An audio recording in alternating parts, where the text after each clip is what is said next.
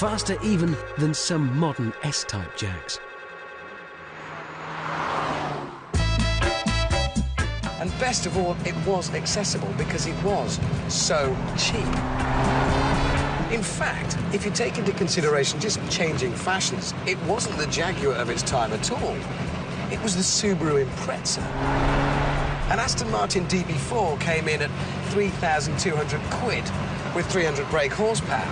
But you could have a Mark II Jaguar 3.8 with 220 brake horsepower for 1,600 quid.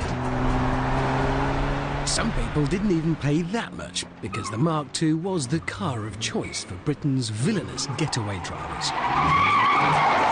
Roy James, who was the great train robbers getaway driver, was very particular about his Jag Mark IIs.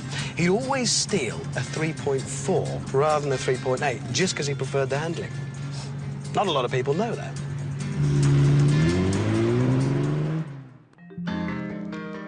The Mark II ran for most of the 60s, but by 1968 it was all over. And not such a bad thing, really, because by then Jaguar had been swallowed up by British Leyland, and predictably the BL monster was doing its bit to screw up everything.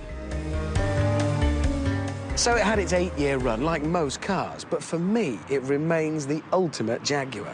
It wasn't the first time they'd used this kind of design or this engine, but as a package, the Mark II became the definitive Jaguar saloon. It might not have the ultimate knockout glamour of the E-Type, but the way we look at Jaguars today as fast, affordable, classy sports saloons was defined by this car.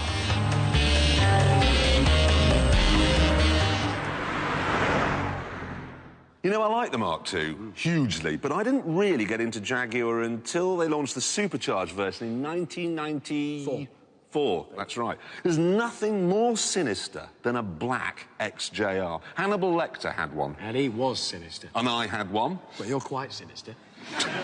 And the great thing is that if you parked it outside a post office, while you were away, you always got the sense that it was in there robbing the place. Or eating the postmistress.